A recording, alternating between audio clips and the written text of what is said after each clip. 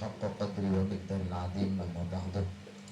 Menaruh sekalian ya, malam hari ini kita akan belajar tentang materi hidayatus sibyan ya, atau yang disebut dasar ilmu tajwid gitu ya.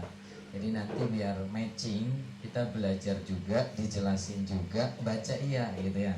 Jadi pas baca nanti tahu nih mana yang dibaca dengung, mana yang dibaca jelas, mana yang dibaca panjang ya.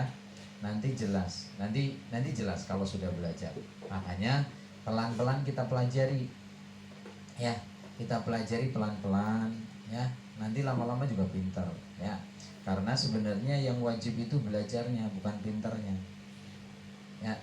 Kewajiban kita sebagai anak muslim yang pertama adalah, salah satunya adalah thalabul ilmi fardhatun ala kulli muslimin wa muslimatin. Jadi kewajiban kita adalah menuntut ilmu. Adapun pinter itu adalah efek daripada ngaji. Jadi kalau belajar ya pasti pinter gitu ya, jelasnya gitu. Kalau belajar pasti pinter. Nah, semakin banyak belajar maka semakin pinter. Maka yang dijanjikan oleh Allah adalah diangkat. Siapa orang yang akan diangkat derajatnya oleh Allah adalah mereka-mereka yang berilmu ya, berilmu. Dari mana orang berilmu? Ya dari belajar. Kalau nggak belajar ya nggak berilmu gitu ya. Oke. Ini namanya pelajarannya, nanti belajarnya ujung-ujungnya tajwid ya. Nanti kalau berat dihafal, nggak hafalan nggak apa-apa, tapi minimal bisa bacanya ya. Alhamdulillahi wa shalla rabbuna ala nabiyil mustafa habibina wa alihi wa sahbihi wa man qara wa haka fi tajwidina man khurira ya. Saya hafalannya dulu ya, waktu usianya kayak kalian sama, tapi karena dihafal sampai sekarang masih hafal ya. Dulu dihafal maka sampai sekarang jadi hafal.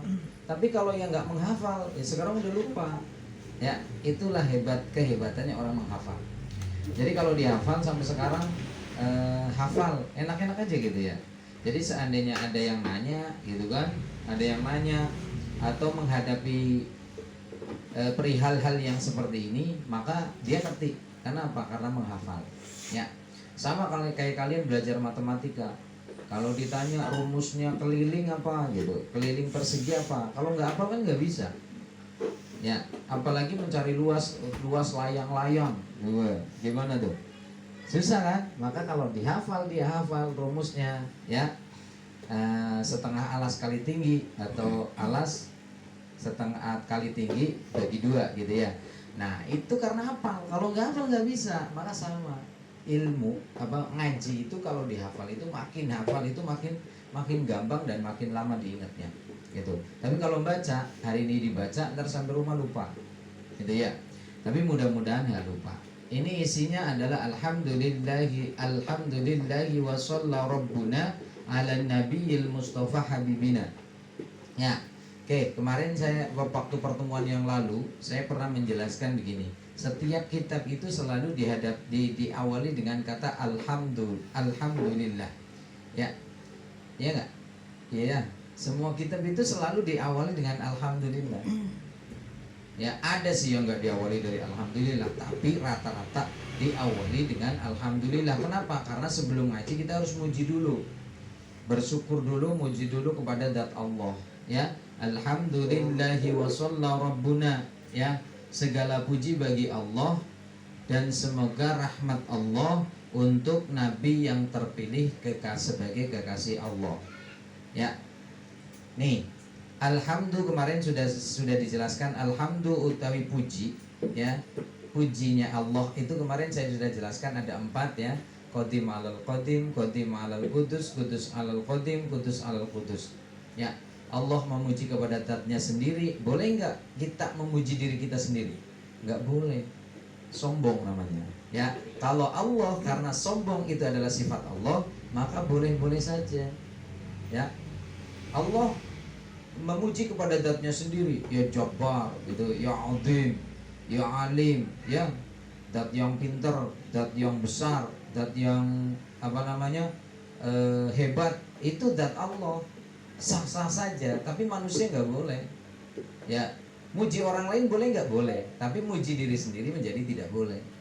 Ya, misalnya nih saya yang paling paling pintar misalnya, nggak bisa, nggak boleh. Karena apa? Di atas langit masih ada langit. Maka pujinya dapat wasallallahu rabbuna, ya, semoga rahmat Allah, ya, rahmat Allah untuk Nabi yang terpilih, kekasih Allah. Siapa kekasih Allah? Nabi besar Muhammad sallallahu alaihi wasallam. Jadi Nabi Muhammad itu diutus oleh Allah, ya, Nabi semuanya diutus oleh Allah, ya. Semuanya dari Nabi Adam, Idris, Nuh, Hud, Soleh dan seterusnya sampai kepada Nabi Muhammad sallallahu alaihi wasallam, ya. Semuanya diutus oleh Allah. Cuma kalau Nabi Muhammad itu karena akhirnya para nabi, pungkasannya para nabi, ya. Maka dari sekian nabi itu semua pernah melakukan kesalahan kecuali Nabi besar Muhammad sallallahu alaihi wasallam. Ya. Nabi Muhammad nggak pernah berbohong. Apa pernah bohong? Enggak. Karena apa? Nabi Muhammad kekasih sampai disanjung oleh Allah, inna la'ala khuluqin azim. Sesungguhnya terdapat pada dirimu Muhammad akhlak yang sangat mulia. Maka akhlak itu di atas ilmu. Walaupun akhlak itu dipelajari sebagai ilmu, tapi akhlak itu lebih di atas ilmu. Seandainya ada orang pintar nih, tapi nggak punya akhlak, ya sama aja bodoh, bohong namanya. Ya, tapi kalau orang yang pintar terus didahului oleh akhlak, yang akhlaknya bagus, maka orang itu akan baik, sangat baik di hadapan Allah. Ya, baik. Maka Nabi Muhammad dipuji oleh Allah karena akhlaknya yang bagus. Nabi Muhammad biar laki-laki itu nggak pernah kelihatan betisnya. Ya, betisnya ini nggak pernah kelihatan. Ini betisnya nggak pernah kelihatan. Karena apa? Saking malunya. Pernah Nabi Muhammad itu naik ke atas gitu ya. Terus pakai gamis, kemudian ketiup angin tuh gamisnya, kemudian kelihatan betisnya. Pas turun Nabi Muhammad mukanya merah, malunya luar biasa, ya, malunya luar biasa. Ini laki-laki, apalagi yang perempuan. Maka yang perempuan itu harus menutup auratnya, ya, apalagi di luar rumah, ya, apalagi di luar rumah. Kalau keluar rumah, ya, kalau keluar rumah maka harus ditutup, ya, ditutup auratnya. Nabi saja yang laki-laki malu. Nah, maka apa? Nabi Muhammad itu sampai pernah dites, ya, kejujurannya, kehebatannya. Nabi Muhammad itu pernah lagi berdiri lagi berdiri gitu ya. Nabi Muhammad berdiri, lalu kemudian larilah orang kafir Quraisy, lari, ngumpet, ya, ngumpet di belakang tong gitu ya, tumbukan tong gitu ya. Lalu kemudian datanglah laki-laki kedua nih, gitu kan. Laki-laki kedua, Nabi Muhammad lagi berdiri nih. Nah, di sini nih berdirinya di sini. Lari tuh orang kedua, bawanya bawa golok itu. Lalu kemudian dia cari, mau dibunuh tuh orang yang pertama tadi lari. Dia ngumpet ke sebelah sini. Nabi Muhammad melihat itu, dia lari, ngumpet di belakang tumbukan drum gitu ya. Lalu kemudian si orang jahiliyah ini bertanya kepada Rasulullah, "Ya Rasulullah, engkau adalah terkenal dengan Al-Amin," gitu kan. "Engkau adalah orang yang jujur, gak mungkin kau berbohong. Saya pengen tanya kepadamu ya Allah." Lalu kemudian dia bertanya kepada Rasulullah, "Ya Rasulullah, apakah engkau melihat laki-laki yang lari lewat sini?" Ya. Kemudian Nabi Muhammad melangkah satu kali dengan berkata, "Demi Allah, semenjak saya berdiri di sini, saya tidak melihat laki-laki manapun kecuali Anda." Bohong gak Nabi Muhammad? Enggak. Karena apa? Tadi kan ada kata begini, melangkah satu langkah. Waktu di sini Nabi Muhammad melihat tuh ada orang lari.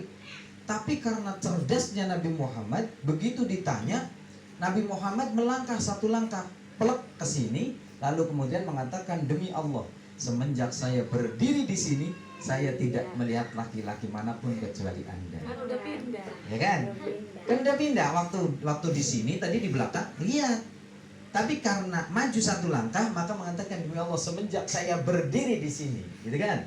Kalau tadi lihat, tapi berdiri di sini kan enggak. Ini menyelamatkan walaupun bukan umat Muslim waktu itu. Itu saking baiknya Nabi Muhammad, coba bayangin. Ya, saking hebatnya Nabi Muhammad. Maju satu langkah, tap, langsung mengatakan, saya tidak melihat laki-laki manapun kecuali Anda. Nah, kalau sekilas, wah Nabi Muhammad bohong nih. Enggak, karena apa? Nabi Muhammad sudah melangkah satu langkah dari tempat asalnya. Nah, maka apa? Nabi Muhammad memang benar, Nabi Muhammad nggak melihat laki-laki manapun kecuali dia. Maka itulah yang salah satu sifat Nabi Muhammad SAW. Ya, menyelamatkan tanpa berbohong. Enggak? Kalau kita kan gitu ya, bohong gitu. Apalagi ini nih yang suka bohong gimana nih? Ya enggak. Suka bohong sama maknya. Orang habis ngelihat kebakaran bilangnya enggak, ya kan? Iya, jangan ngomong izin, ya izin sama bapak, sama ayah, sama ibu, sama mama, sama bunda, izin dulu, gitu ya. Izin nih, kalau mau pergi mana-mana ya izin aja. Boleh nggak boleh itu urusan nomor sekian. Tapi yang pertama adalah harus izin. Ya, kalau nggak boleh ya jangan. Seandainya nggak boleh kan, misal nanti bisa dianterin sama ayahnya, apa bundanya kan gitu ya. Kayak yang kedua, wa alihi wa sahbihi wa man qara wa haka fi tajwidi nadman khurira. Ya, dan keluarga beliau dan orang-orang yang membaca dan mengambil tajwid sebagai nazam yang diperinci. Siapa yang kesawaban sholawat nih? Nih, ini kita nggak ada untungnya doain Nabi Muhammad. Coba, apakah Nabi Muhammad butuh kita? Enggak. Ya enggak? Tanpa didoain oleh kita, Nabi Muhammad sudah pasti masuk surga. Tapi apa sih keuntungannya kita tawasul gitu ya? La hadratin Nabil Mustafa. Apa keuntungannya? Satu, karena kita sebenarnya minta rahmatnya. Nah, mengharapkan rahmat Allah.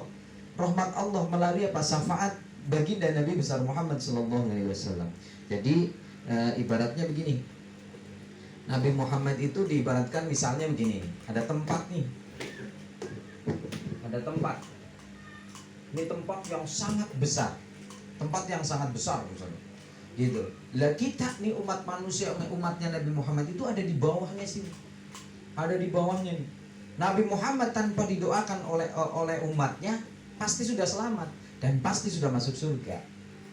Ya nggak? Kenapa? Karena Nabi Muhammad itu udah menjadi habibina, kekasih Allah.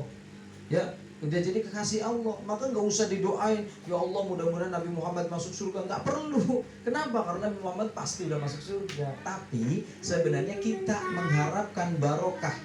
Ya, kita mengharapkan syafaatnya Nabi Muhammad. Gimana caranya? Kita isi nih. Ya, kita apa namanya, tawasul kepada Nabi Muhammad, gitu kan?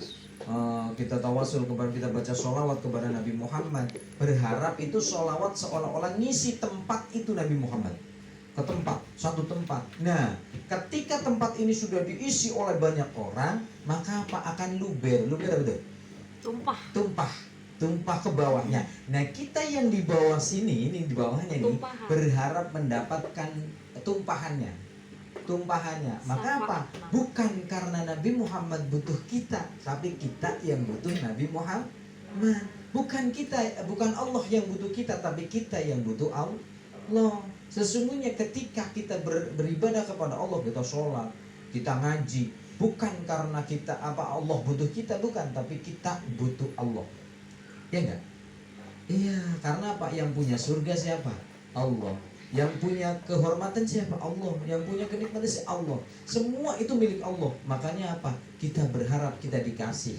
Ya, paling enggak ya kita akan masuk ke dalam surganya Allah. Amin Allahumma amin. Ya, maka apa diisi? Biar apa? Biar kita itu dapat syafaatnya nanti dari Nabi Muhammad SAW. Bagaimana isinya? Sering-sering baca sholawat.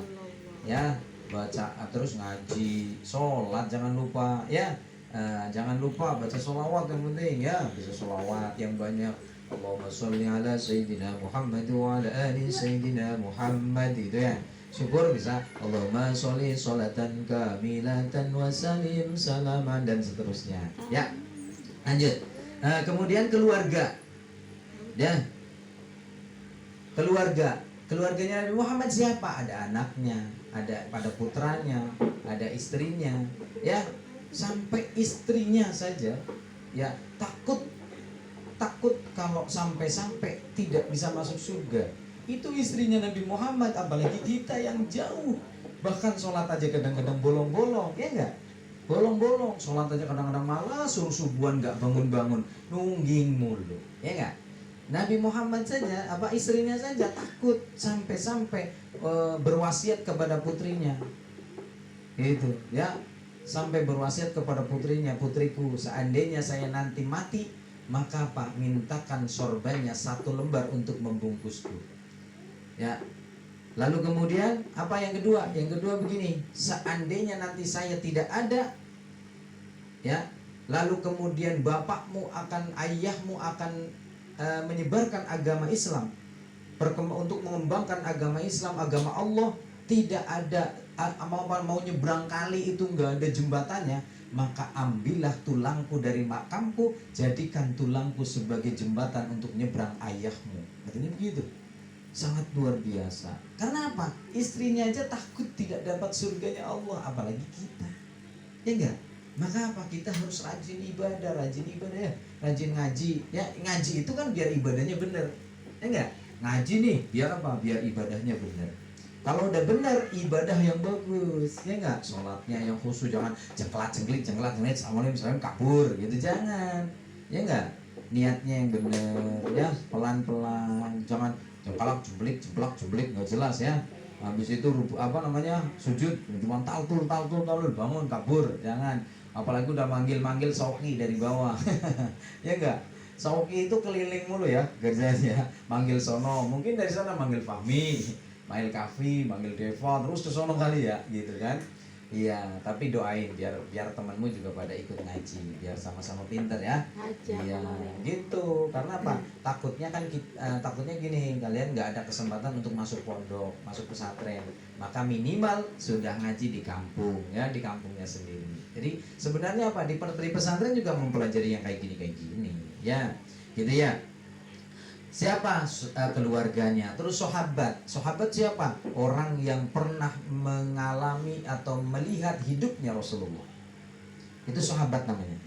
Ya, kenapa Abu Bakar, Umar, Utsman, Ali dikatakan sahabat? Karena Abu Bakar, Umar, Utsman, Ali itu hidup pada zaman hidupnya Rasulullah. Jadi Rasulullah hidup, Abu Bakar juga ada di situ. Maka disebut dengan sahabat. Ya, orang yang mengetahui hidupnya Rasulullah. Nah, gitu ya. Maka apa? Sahabat. Apa yang diharapkan? Wa alihi wa sahbihi wa man qara wa hakawi. Apa? Wa sallallahu wa shalla rabbuna. Nah, gitu. Alhamdulillah, puji Allah, wa sallallahu rabbuna ala nabi, kepada nabi wal mustafa habibina, yang menjadi kekasih, kemudian wa alihi wa sahbihi. Ya. Wa alihi, keluarganya, wa sahbihi, dan sahabatnya, wa man qara, dan orang yang membaca. Siapa membaca? Ya kita. Nah, kita itu golongan yang ketiga.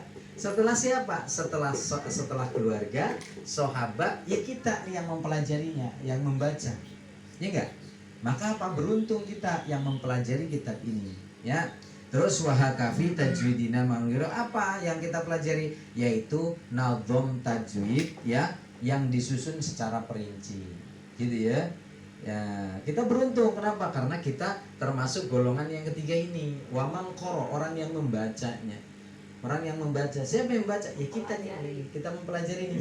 Kita mempelajari, kita membaca kitabnya. Maka apa? Kita termasuk tergolong orang yang mudah-mudahan, ya, Allah akan memuji kita. Juga Allah akan memberikan rahmat ta'zim, ya.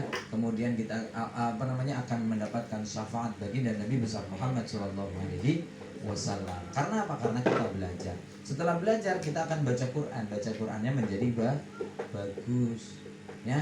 Jadi bagus. Yang panjang dibaca panjang, yang pendek dibaca pendek. Berhenti tempatnya berhenti, ya. Semuanya kan berhenti juga diatur. Contohnya apa?